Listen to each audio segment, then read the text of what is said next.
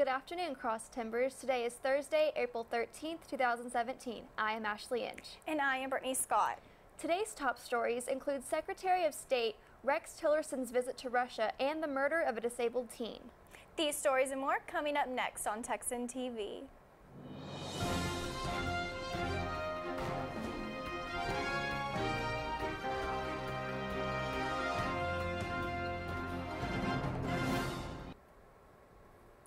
In campus news from the Tarleton website, a week from today, Thursday, April 20th, is the Silver Tap Ceremony. The Silver Tap Ceremony is held each spring to honor the faculty, staff, students, alumni, and friends that died during the past year. This event is coordinated by the Tarleton Ambassadors, Tarleton's ROTC program, and Tarleton Alumni Association. The roll call and candle lighting ceremony culminate each year with a processional, placing of flowers at the base of the military memorial, taps, and a 21-gun salute. To make the event possible, volunteers are needed. If you would like to volunteer, please go to www.tarleton.edu/volunteer and fill out the volunteer form. The event will take place at 7:30 p.m. at Alumni Island.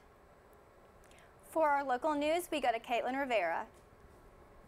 I'm here with Tara Huey, who's going on her third year volunteering at the Larry Joe Taylor Texas Music Festival, and I'm going to ask her a couple questions for those of you who might be interested in volunteering. So, Tara, how would one go about volunteering for LJT? Okay, so what you do is there's an application process. You just log on to Larry Joe Taylor Festival website, you go to staff, and you fill out your basic information, your name, your availability, how you heard about it, and just see and then just say what you're interested in doing, your references, your work history, submit it, and then they'll give you a call or a text within a week before a month before the festival, and be like, here's your schedule, does this work for you? You go about it that way, and then they're like, okay, and then there's usually a meeting about 2 weeks before, just going over the basic information, just getting everyone ready for what they work, signing all the forms that need to be signed. It's a lot of fun. Every year I've applied around January, February, because that gives them enough time to see it. But the application's open year round. Okay, cool. So what experiences have you experienced in the past? You know, is there anything interesting you saw or anything interesting you experienced? Is it fun to do or? Well, LJT is an interesting festival to go to in general. You're always going to have fun if you're into that kind of stuff. I've always been one to say, if you don't want to drink, don't drink. You can still have fun and enjoy the concerts. Just sit a little bit further back on where the stages are. There's 3 different stages you can go visit with multiple different artists playing all week long. It just depends on which artist you want to see. But working, it's a lot of fun. I love getting to know the Taylors. I've been able to get to know a lot of them.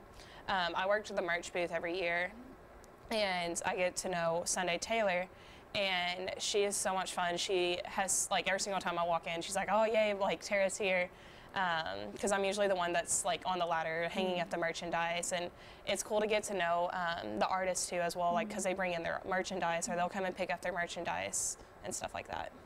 That's awesome. So do you have any tips or precautions that you'd want to give to people that are going for the first time or people have gone before or anything like that? Definitely, if you are planning on drinking any sip of alcohol, please do have a DD, even if it's just 1 sip. There is always extra cops during, and they are on all forms of these roads. That's my biggest tip. Also, always be with a buddy. Don't walk around by yourself. Because that's when something can happen. You can get lost in that. You can get lost in the property. It's a very large property with multiple different campsites, and if you don't know where you're at, you're not going to really know how to get around. Try the food there. It's really good. It's one of those foods that only comes once a year. The chicken on the stick, the gator baskets and stuff like that are also really good too. That's good. Okay, so if y'all are planning on going to LJT, keep those tips in mind, and if you're planning on ever volunteering, now you know how. Thank you. Thanks, Caitlin. In state news, Texas health officials say that Texas is experiencing its highest incidence of mumps in more than 20 years, including cases possibly linked to the popular spring break destination of South Padre Island. The Texas Department of State Health Services said Wednesday that Texas has had 221 cases of mumps so far this year, the largest total since there were 234 cases in 1994. Texas officials were contacted this week by another state health department about a mumps patient who had traveled to South Padre Island from spring break. Texas then alerted other states and has been notified of 13 mumps cases in people who traveled to South Padre Island between March 8th and March 22nd from 6 states, including 2 cases from Texas. In national news, a couple decided to kill their disabled adoptive son and cover up the crime with a house fire after watching the Oscar-winning movie Manchester by the Sea.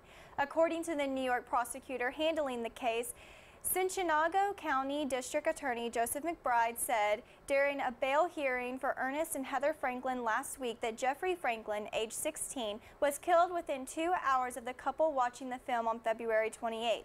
This was 2 days after the movie won Academy Awards for Best Actor and Best Original Screenplay. McBride said an examination showed the teen died before the fire. Officials said the fire was reported around 5:15 a.m. March 1st at the family's home in the rural town of Guilford, and that the son had mental and physical disabilities. In international news, Russian President Vladimir Putin met with U.S. Secretary of State Rex Tillerson in Moscow on Wednesday as the two countries traded sharp accusations about a chemical weapons attack in Syria. Tillerson went to the Kremlin in the early evening to meet with the Russian leader, according to the U.S. Embassy and the Kremlin. The agenda for the meeting wasn't announced, but the two leaders were expected to discuss disagreement about whether Syrian President Bashar Assad or his opposition was responsible for a chemical weapons attack last week that led to U.S. retaliatory cruise missiles. Earlier Wednesday, Russia's top diplomat accused the United States of carrying out an unlawful attack against Syrian President Bashar Assad's forces. It was an ominous start to Tillerson's visit. Tillerson conceded the two world powers had sharp differences that have obstructed cooperation, but voiced optimism that their talks could narrow those differences. For more of today's national and international news, we turn to the AP News Minute. This is AP News Minute. Police in Paris said a gas bomb hit the building housing French far-right presidential candidate Marine Le Pen's campaign headquarters, causing a small fire. No one was injured in the incident. The blaze was quickly extinguished. Samsung unveiled its new flagship smartphone, the Galaxy S8, its first major smartphone since the recall of its notoriously fire-prone Note 7. Samsung officials stressed the company was confident about the safety and quality of the latest smartphone model. Pope Francis told faithful to enjoy the little things as he presided over the Holy Thursday Mass in St. Peter's Basilica. Later in the day, the pontiff will hold the traditional Mass of the Last Supper for prisoners near Rome. And thousands of Jewish worshippers gathered to receive a priestly blessing at Jerusalem's Western Wall on Thursday during the holiday of Passover. The blessing of Birkat Kohanim, or Cohen's blessing, is given on special occasions and dates back more than 2,500 years ago. Emily Roseman, Associated Press with AP News Minute. Coming from Tarleton Sports, the Tarleton State track and field team set 4 NCAA marks at the ASU David Noble Relays. Angelo State hosted the meet last Saturday. Tarleton was able to bring home 3 first-place finishes. Caitlin Huckleby won her first gold medal by running the 5,000 meter in 18 minutes, 2 seconds, and 1600ths of a second. In an interview, Haley Smith spoke with Huckleby about the meet. Huckleby started running this event in 2012 during her freshman year of college. She said, quote, "We do long runs to work on our endurance and we do intervals to work on speed. It is also important for us to make sure that we are hydrating and fueling our bodies with the right nutrition."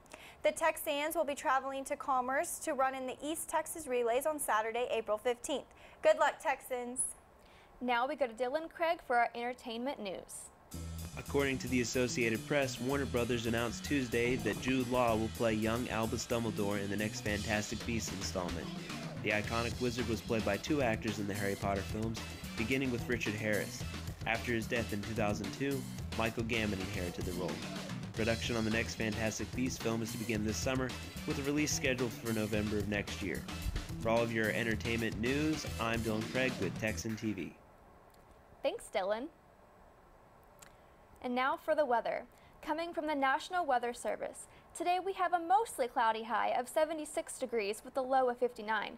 There is a 30% chance of thunderstorms in our area around 4 p.m., so be prepared and carry an umbrella. Winds today from south-southeast of 5 to 15 miles per hour with gusts of up to 20 miles per hour. Stay dry, Texans. This has been a production of Texan TV News, a product of the Texan News Service from the Tarleton State University campus in Stephenville, Texas. Watch us live on Apogee Channel 2.1 in the dorms at 12:30 weekdays. If you live off campus, tune in on Northland Cable Channel 9. You can follow the Texan News Service on Facebook and Twitter, and check out our website at www.texannews.net for all of your latest local, state, national, and international news. Today's broadcast was produced by Caitlin Rivera, Dylan Craig, and Haley Smith. Have a wonderful day, Texans.